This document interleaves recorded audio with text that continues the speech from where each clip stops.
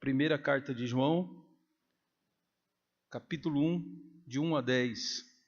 Assim diz a palavra de Deus. O que era desde o princípio, o que temos ouvido, o que temos visto com os nossos próprios olhos, o que contemplamos e as nossas mãos apalparam, com respeito ao verbo da vida.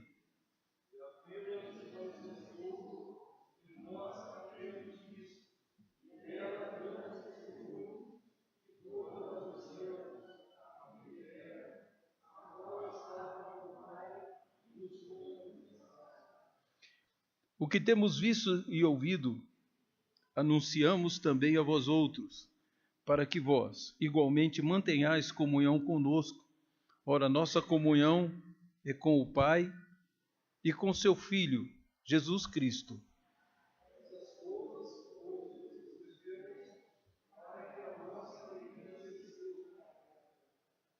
Ora, a mensagem que da parte dele temos ouvido e vos anunciamos é esta, que Deus é luz e não há nele treva nenhuma.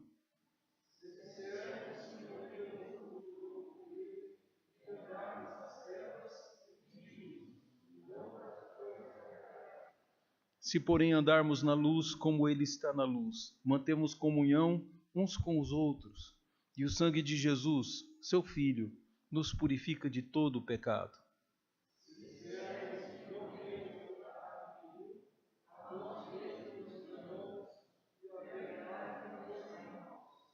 Se confessarmos os nossos pecados, ele é fiel e justo para nos perdoar os pecados e nos purificar de toda injustiça.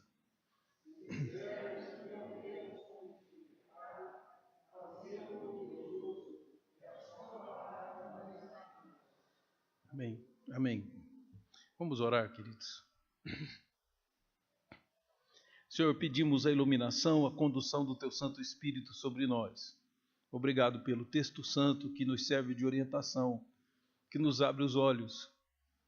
E por isso pedimos que o Senhor, na Tua santa bondade, Sua santa misericórdia, conduza cada coração à adoração ao Senhor, a andar nos caminhos de luz, a abrir, Senhor Deus, a mão das coisas que não são agradáveis aos Teus olhos e, diante dessas renúncias, assumirmos também tudo aquilo que for da Tua causa, tudo aquilo que Te der prazer, todas as coisas, Senhor Deus, que honrarem o Teu nome e que edificarem o Teu povo.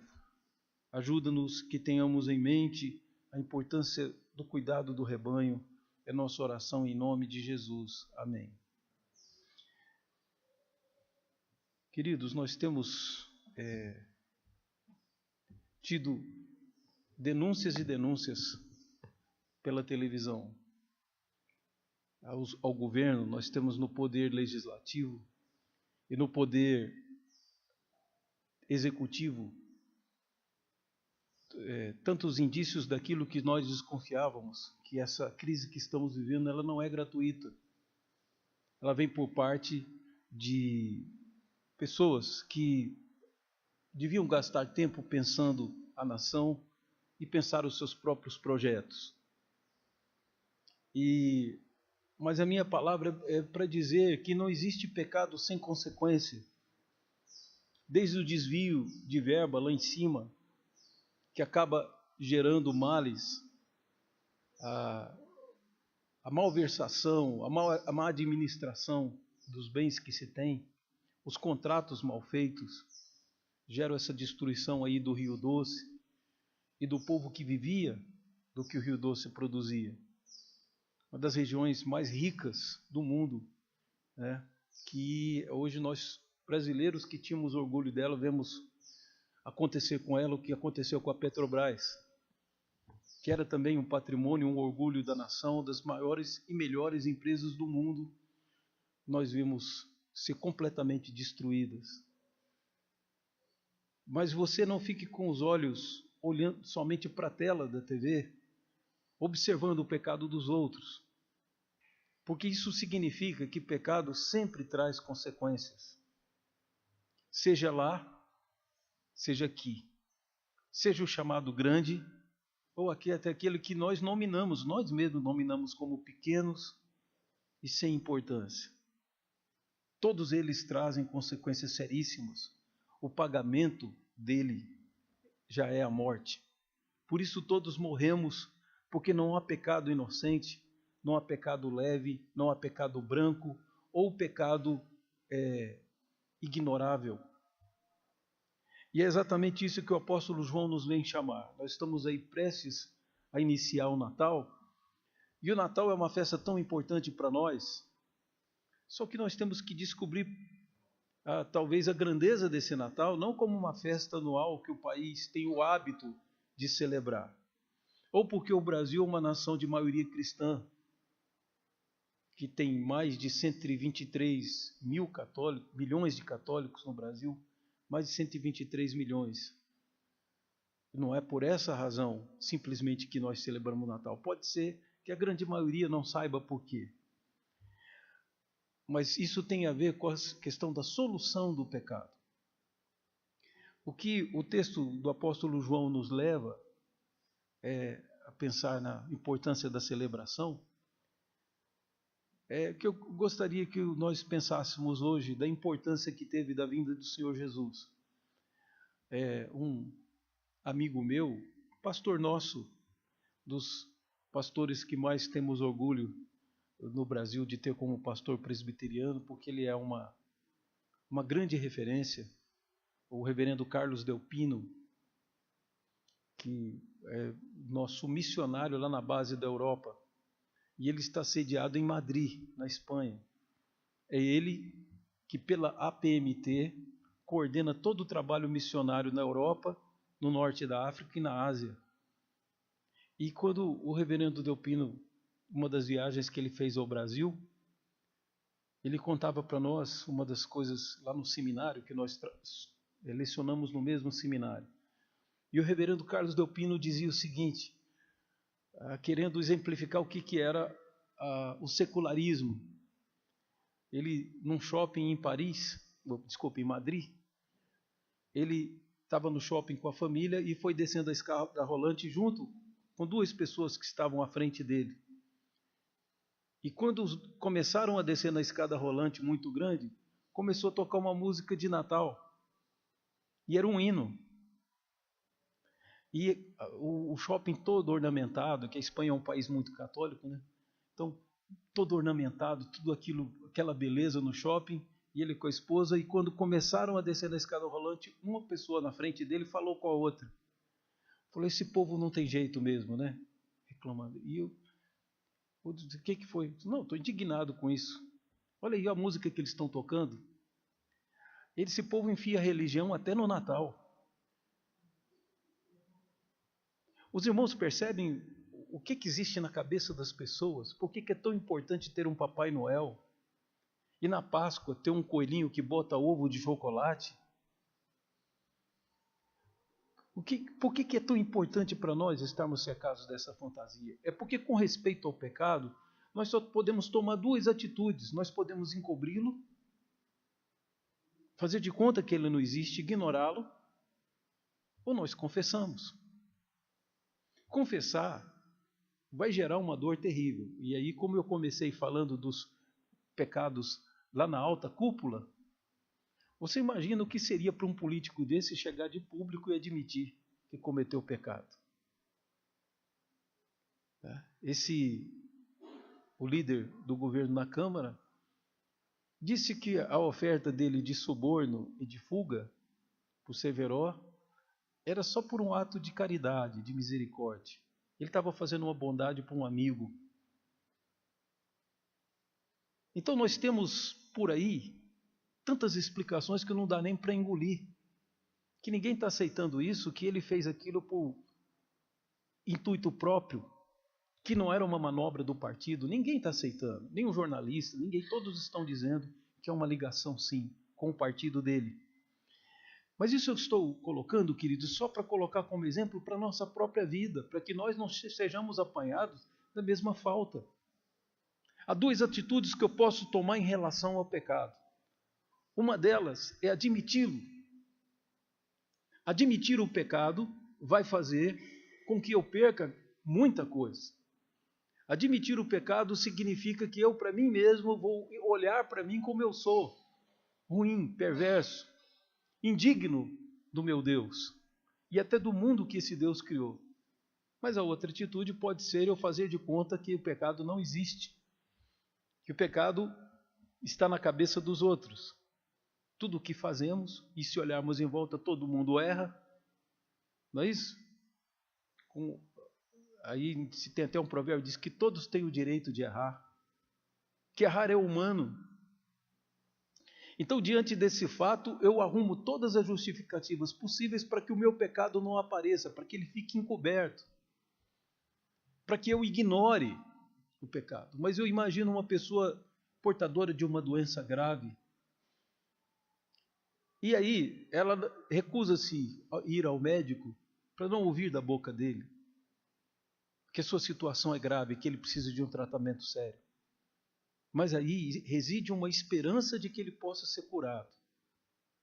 Ignorar não vai fazer com que ele seja curado. Ele precisa de tratar o seu mal, sua doença. E é por isso que nós celebramos o Natal. Vejam só, parece que dois textos que não têm harmonia. E nesse não é o estilo de João escrever, de mudar de um assunto sem nos avisar. Parece que ele fala de pecado e ele fala do fato de Jesus ser verdadeiro. Pois esses dois assuntos estão intimamente ligados, tanto que ele diz que se nós confessarmos nossos pecados, o sangue de Jesus nos purifica de todo o pecado. Por isso esses dois assuntos estão ligados. Está ligado o Natal com o mal da terra. Porque não pense, o irmão, que qualquer um confessando sua falta, que isso lhe traria perdão. Confessar o pecado nada mais é do que um gesto justo, porém não provê perdão meramente porque você confessou. E aí você pode ver qualquer bandido, ou qualquer político, ou você mesmo, se confessa uma falta, nem por isso implica em que a justiça vai te dar perdão. Isso pode constar como uma atenuante. O fato de ser você que procurou a justiça e confessou sua falta. Mas isso não traz perdão. Isso traz perdão para nós cristãos, filhos de Deus, porque Deus enviou Jesus. E Jesus nos provê de todo o livramento de culpa. Jesus, quando morre na cruz, queridos, não tem como o meu sangue fazer bem para alguém se ele não sair do meu corpo. Não é assim que é a transfusão? A transfusão de sangue é assim, o sangue tem que sair do meu corpo e ir para o corpo da outra pessoa. Aí ela se revigora. E por uma forma maravilhosa que Deus criou na nossa vida, né, o nosso sangue se refaz. Pouco tempo você já recupera todo o sangue que você precisa para o seu corpo.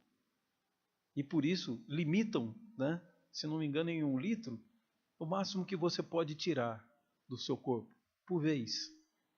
Mas toda vez que você tirar, o seu organismo vai repor. Porque Deus é maravilhoso e fez essa máquina extraordinária que é o nosso corpo, nosso organismo. Assim também o sangue de Jesus não poderia ter nos purificado se não tivesse deixado o seu corpo. Jesus perdeu a sua vida, queridos.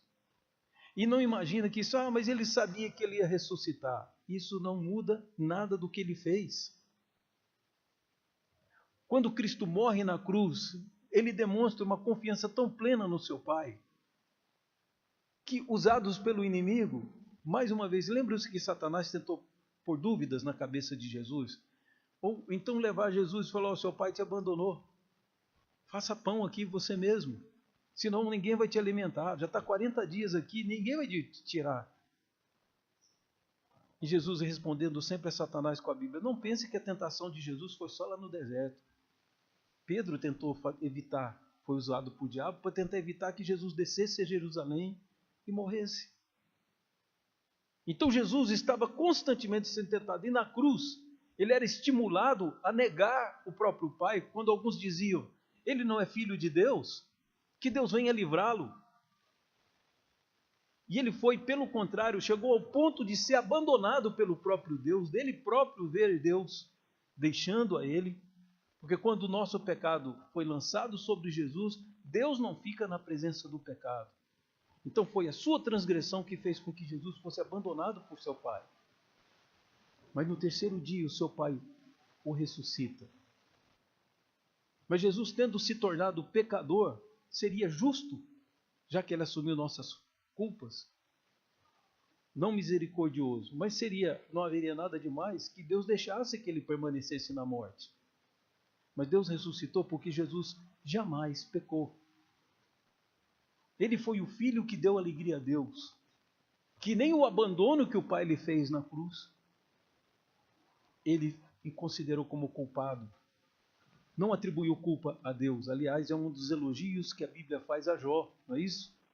Que tendo passado por todas aquelas transgressões, nem assim Jó atribuiu a Deus alguma culpa. Ele atribuiu algum mal a Deus.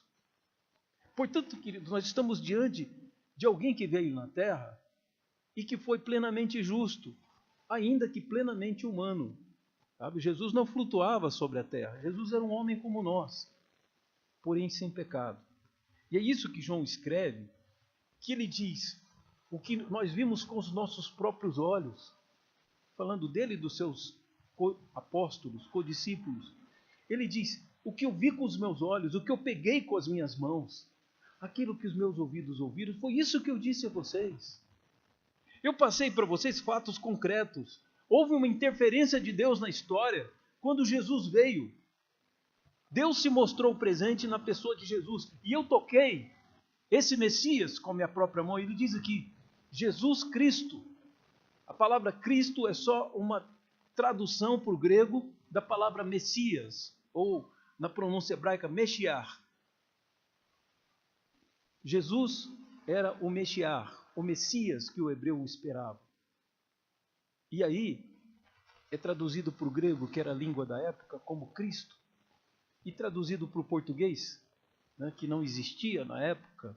Na época havia o nosso ancestral, que era o latim. Mas a palavra Cristo quer dizer ungido. O português se calcula, iniciou-se em 1200. A primeira peça em português. E se você ler, você não vai reconhecer como sua língua, mas era o português primitivo. As primeiras frases escritas são de 1200. É da onde se calcula que venha aquele dialeto do espanhol. Então, em português, nós temos a palavra ungido. Messias, Cristo, ungido. Tudo a mesma coisa. E aí, João está dizendo que ele viu o Messias, que ele tocou no Messias com as próprias mãos, que ele ouviu o Messias. E por que ele diz isso? Porque a nossa mera confissão não vai gerar bem nenhum a nós, a não ser de termos praticado talvez o primeiro ato de justiça, que é admitir que somos pecadores. Porque alguns vão tentar continuar durante sua vida a encobrir suas transgressões. É interessante que o verbo grego usado aqui pelo apóstolo é homologel. Homologel é de onde gerou o nosso verbo homologar. Então ele diz, se você homologar o seu pecado, que sentido que João está dando aqui, que nós traduzimos como confissão? É porque são parentes as palavras confissão e homologar. Que homo, no grego, significa igual. E logos, palavra. Então você dizer uma palavra igual.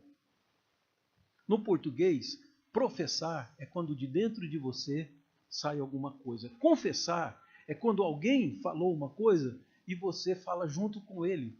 A sua palavra é igual a dele. Por isso, homologar, aqui homologel, tem o sentido de confissão. Aqui pressupõe que alguém te acusou. Deus está acusando a todos nós e dizer, no juízo final isso vai ficar claro, vocês não foram dignos da vida que eu dei a vocês. Vocês não usaram os seus bens, sua inteligência para o bem. Por isso vocês serão condenados. Vocês não merecem favor. Vocês não mereceram nem a comida que comeram. Se essa é a acusação que vem de Deus e que vem da parte do Espírito Santo, e nós dissermos, não somos pecadores, nós não concordarmos, nós discordarmos, porque o verbo homologar quer dizer concordar, aí já é uma outra raiz. Concordar tem a ver com coração, misericórdia, coisa desse tipo. Então, concordar é quando o seu coração está em harmonia com o coração daquele que está diante de você. E o coração de Deus está dizendo que nós somos indignos.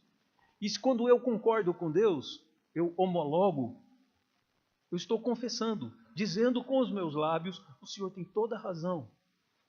Só que essa admissão pode ser um atenuante, mas não me absolve. O que me absolve é Cristo ter vindo à terra e ter derramado o seu sangue, ele ter morrido. Aquele sangue de Jesus, e eu estou falando aqui do sangue material, porque o sangue tendo deixado o corpo de Cristo, significa que ele morreu. Então, o seu sangue derramado na cruz foi exatamente o que te salvou. Não a sua confissão, não a sua fé, foi a graça. O apóstolo Paulo diz, pela graça sois salvos, mediante a fé. Porque cremos na pregação, confessamos, aceitamos, porque foi isso que a pregação produziu na minha vida e na sua. Isso se chama conversão. E se você me disser, pastor, mas eu cresci na igreja, então um ancestral seu fez isso. Ele converteu-se, e aí a sua linhagem era uma linhagem de aliança com Deus. Não é isso? Aliança. Uma aliança feita com o quê? Com sangue. Não tem aliança sem derramamento de sangue. Algum animal tem que ser morto. Abraão cortou vários animais no meio e fez um corredor.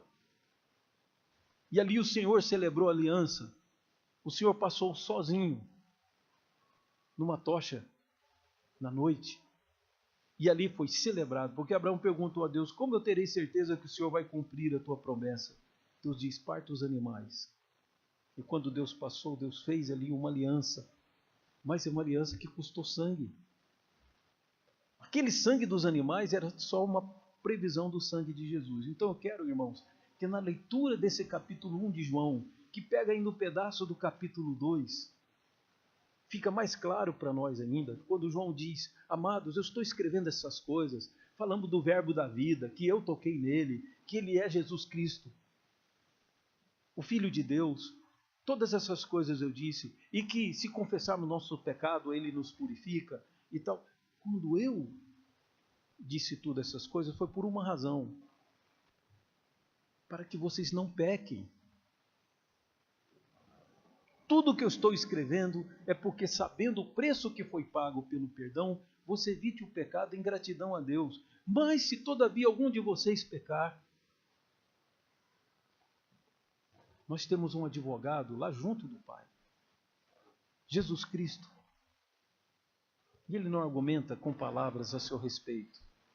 Deus não vai lá de cima dizer que o Jocídero, o Cláudio, a Mara, o Roberto são pessoas boas, só cometeram um equívoco. Jesus não vai dizer isso.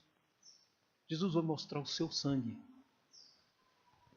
Jesus não vai mentir para o Pai para nos salvar. Ele vai com a verdade de que ele morreu na cruz. Esse é o argumento. João diz, ele é o nosso advogado. E o que o nosso advogado argumenta? Ele diz, ele é a propiciação pelos nossos pecados.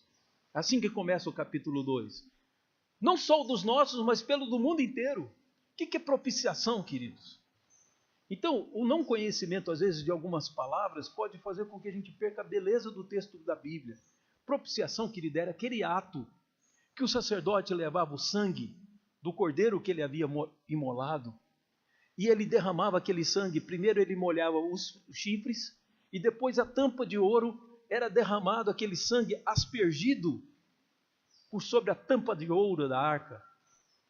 Por quê, queridos? Porque havia uma aliança com Deus, e aquela era a arca da aliança. A madeira nobre e o metal nobre, o ouro, colocado em cima da tampa, não impediam de Deus ver as tábuas da lei quebrada. Então era preciso que houvesse um sangue derramado por sobre a arca. E aí Deus não via mais o pecado. É interessante, queridos, que a palavra hebraica para perdão é a mesma palavra, é da mesma raiz da palavra cobrir. Então a ideia que eles têm é que o pecado pode ser coberto, sim, mas não por você. Não é você que cobre o pecado. Aquele que encobre suas transgressões jamais prosperará. Mas quem confessa e deixa, alcançará a misericórdia. Porque Deus cobre. Os irmãos conhecem, só para que o irmão faça a relação, aquela cobertura que o hebreu põe na cabeça, não é? Todo hebreu ele tem que estar com a cabeça coberta para orar a Deus. O hebreu ortodoxo. Aquela cobertura se chama kippar. E em setembro, ali chegando em outubro, a virada do ano judaico que eles chamam de Yom Kippur. Yom quer dizer dia e Kippur, perdão. Então o kippar, você cobre a cabeça, e o Kippur é cobrir o perdão. Desculpe, cobrir o pecado, que se chama perdoar. Então veja só, ele está dizendo que Deus era contra nós. Toda a humanidade tem um grande inimigo, terrível, indestrutível, o Deus que domina todas as galáxias, que conhece o planeta mais distante, o grãozinho de poeira espacial que você pensar. Deus sabe quantos eles são e onde eles estão. Deus tem o controle de para onde eles vão. Esse Deus tão grandioso em poder é um terrível inimigo do homem, porque pecamos contra ele. Agredimos e tentamos de alguma forma ferir a sua santidade. Tendo ele nos criado, trouxemos para esse mundo físico o pecado que não existia aqui. E é diante desse fato, queridos, que nós temos o apóstolo João dizendo, isso tem tudo a ver com o Natal, que Deus enviou seu Filho, alguém que não pecou, o único homem que satisfez a Deus de uma forma tão plena, que Deus o colocou esse homem acima dos anjos. Os anjos estão debaixo do seu controle. Os anjos lhe obedecem.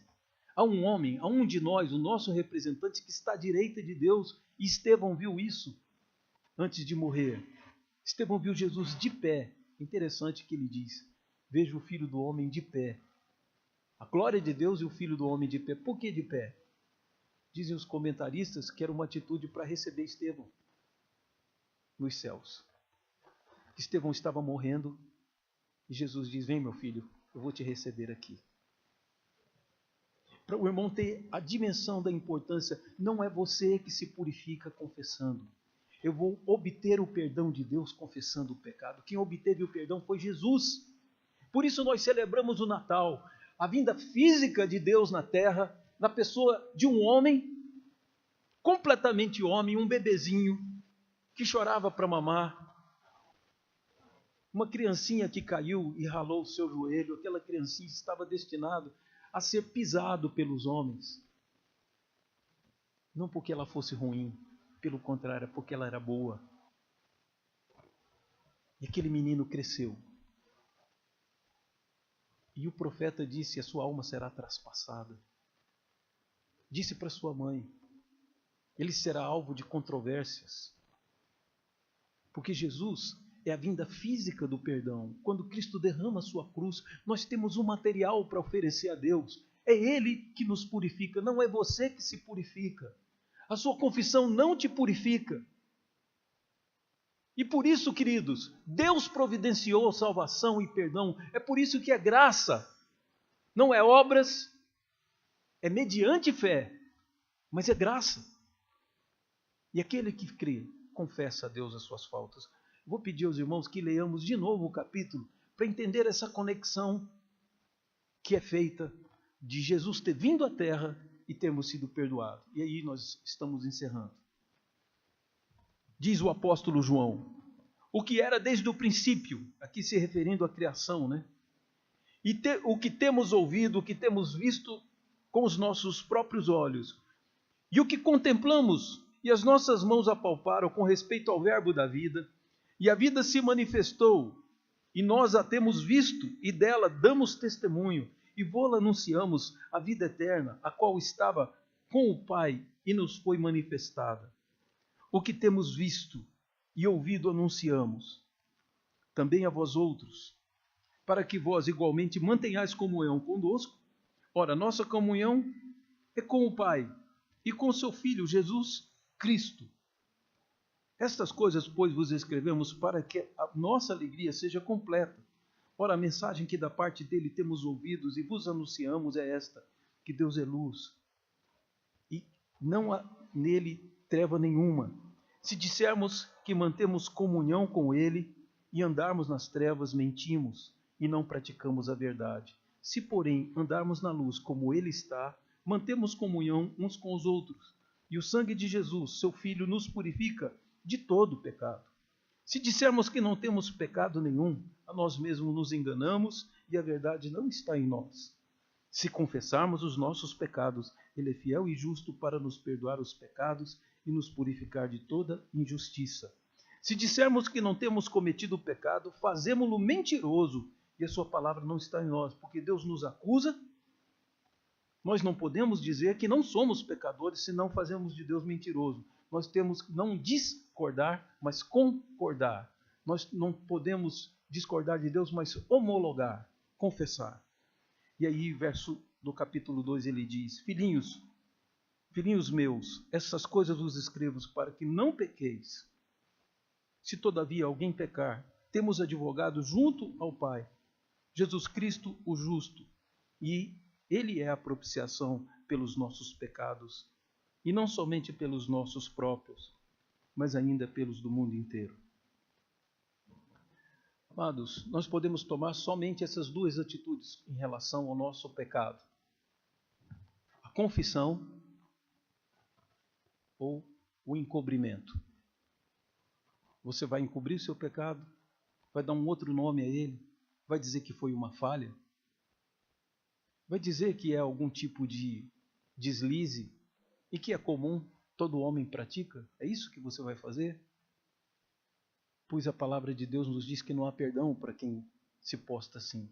Para quem diz que o seu pecado não é grave, está fazendo de Deus mentiroso. Deus está criando problema por coisa pequena. O que na verdade o Senhor está nos dizendo é que se confessarmos, nossa confissão não pode produzir nada por si só, mas porque Cristo veio na cruz. Quando confessamos, o sangue de Cristo nos purifica de todo o pecado. É por isso que nós celebramos o Natal. Não celebramos o Natal, queridos, como uma festa para pôr bolas na árvore. Todo esse clima que se cria de festa, de ornamentar a cidade, de ornamentarmos nossa casa. É porque Jesus veio, porque Ele nos amou.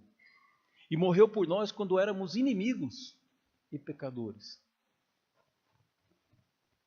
Você não será absolvido. Ninguém será absolvido no tribunal de Deus. No tribunal de Jesus, o justo, ele nunca pecou antes, não é agora que ele vai fazer vista grossa. Ninguém será absolvido no tribunal de Jesus. Perdoado, sim. Perdão é admitir que o acusado é culpado e aí a gente perdoa, mesmo ele sendo pecado, porque alguém pagou. Absolvição significa dizer que não há culpa. Isso faria de Deus mentiroso, porque Deus na Escritura inteira nos acusa de sermos pecadores. Para que a gente acorde para essa doença que existe dentro de nós. Isso que faz um mal terrível, essa doença que nós mesmos provocamos. Não é uma doença adquirida, queridos. Nós provocamos a nossa própria morte. Mas Jesus provoca a vida. É dele que virá a bênção. Por isso celebramos o Natal. Vamos orar ao Senhor. Vamos confessar a nossa falta diante de Deus.